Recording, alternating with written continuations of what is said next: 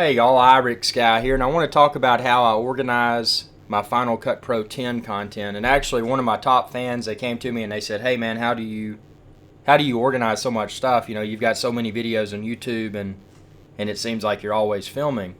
Well, and that is true. And you can check the link within this video's description to find the external storage that I use.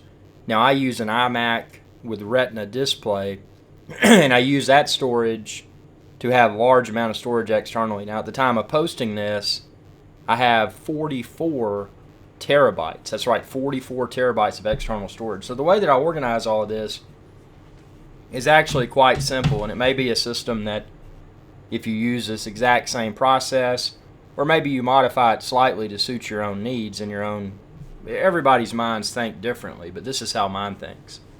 So what I've got libraries. Think of the library as the biggest container of information. So it's the big kahuna. So what I do for each filming location, I create a library for that. So this one right here, Bermuda 2014. I was in Bermuda in 2014, so I put all my content in there.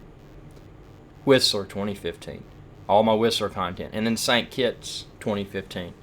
So when I go to different filming locations, that's the first thing I do is create a library. And I'm going to do a separate video where I show you how I do it in the field, but the end result when I bring it back to Final Cut Pro 10 is this. So let's expand.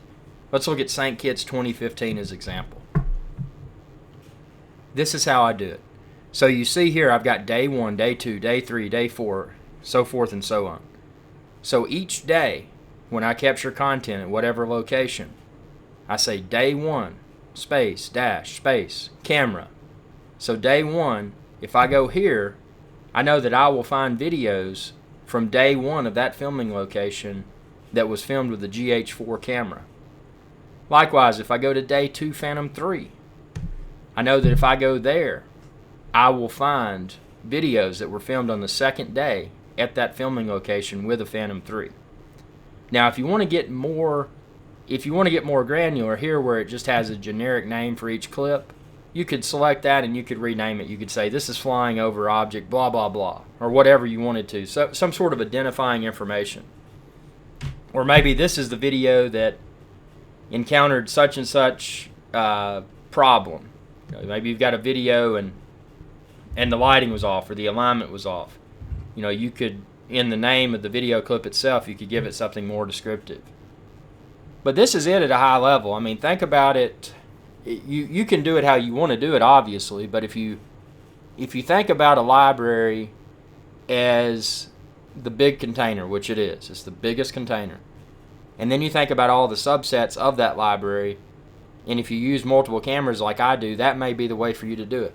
You know, when you're filming at a certain location, name the library, whatever the location is, and then name, if it's a multi-day shoot, you know, do it day by day like I did. If it's just a single day shoot, maybe the camera type would be identifying enough. Or maybe you're using the same camera, but at that location, let's just say hypothetically, there's a swimming pool, there's a beach, and then there's a mountain.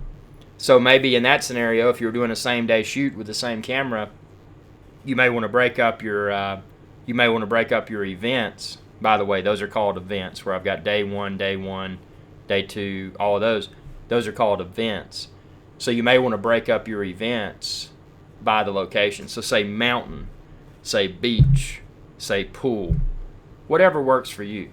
And then if you're using multiple cameras at those 3 locations at that place where you're shooting, maybe GH4 pool or AX100 pool. So it's more easy to find. And then maybe you're recording with different types of microphones. You can get descriptive with that. So it's however you want to do it. But this is how I do it, and it works really well. And the best part is this, is that if I have an older library, I can just put that library file maybe on a drive that's the hard drive that's offline and just use it, you know, keep it stored for future reference if I wanted, if it's not something I'm actively using. So that's the other advantage to using multiple libraries versus just one library. Because if you use one library, even if you're not a hardcore video person, that one library is likely going to become bloated. So it's best practice, in my opinion, to use multiple libraries. Tell me what you think. Share this video with others. And stay tuned for more Final Cut Pro 10 tutorials. And if there's something you would like to see me address, just ask. This video, again, it was a result of one of my top fans asking and saying, hey, IRIX guy, how do you organize your videos? So I appreciate that.